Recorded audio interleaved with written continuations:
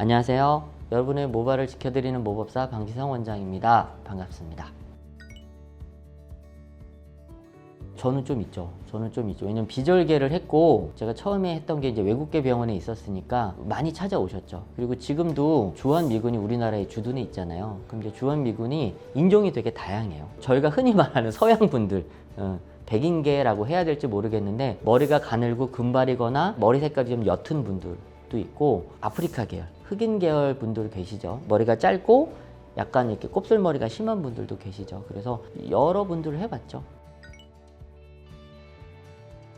솔직히 완전히 다른 수술입니다.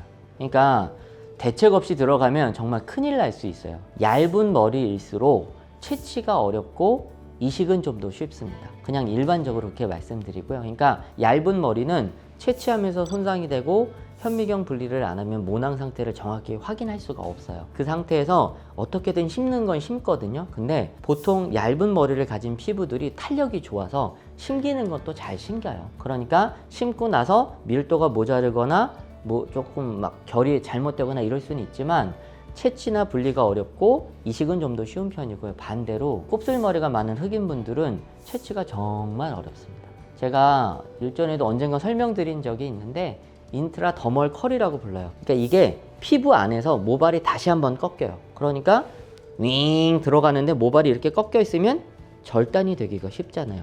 그러니까 펀치를 이렇게 해야 돼요.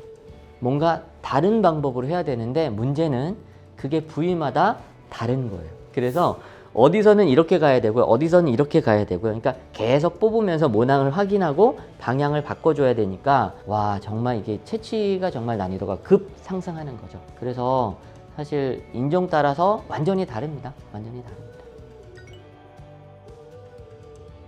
아시아 계열 분들은 머리 두께도 좀 적당하고 두꺼운 분이 많고요. 모근이 좀 길어서 그렇지 안쪽까지 좀 정직하게 있는 경우가 많아요. 그래서 사실 뭐 한국, 일본, 뭐 중국, 그리고 동남아시아 계열의 아시아 분들을 하기가 사실은 제일 수월합니다. 저는. 왜냐면 익숙하기도 하고 워낙 많이 했으니까 이게 깊이랑 이렇게 얼만큼 퍼지는지만 잘 보면 정확히 좀 채취하기가 수월한 것 같아요. 그래서 사실 아시아 계열 분들이 오면 안심이 되는데 가끔 이름은 아시아 분인데 혼혈인 분들이 계세요. 그러면 긴장해야 돼요. 이게 겉의 모습과 실제 안쪽의 상태가 다른 경우가 많이 있어서 사실 알 수 없죠. 어렵습니다.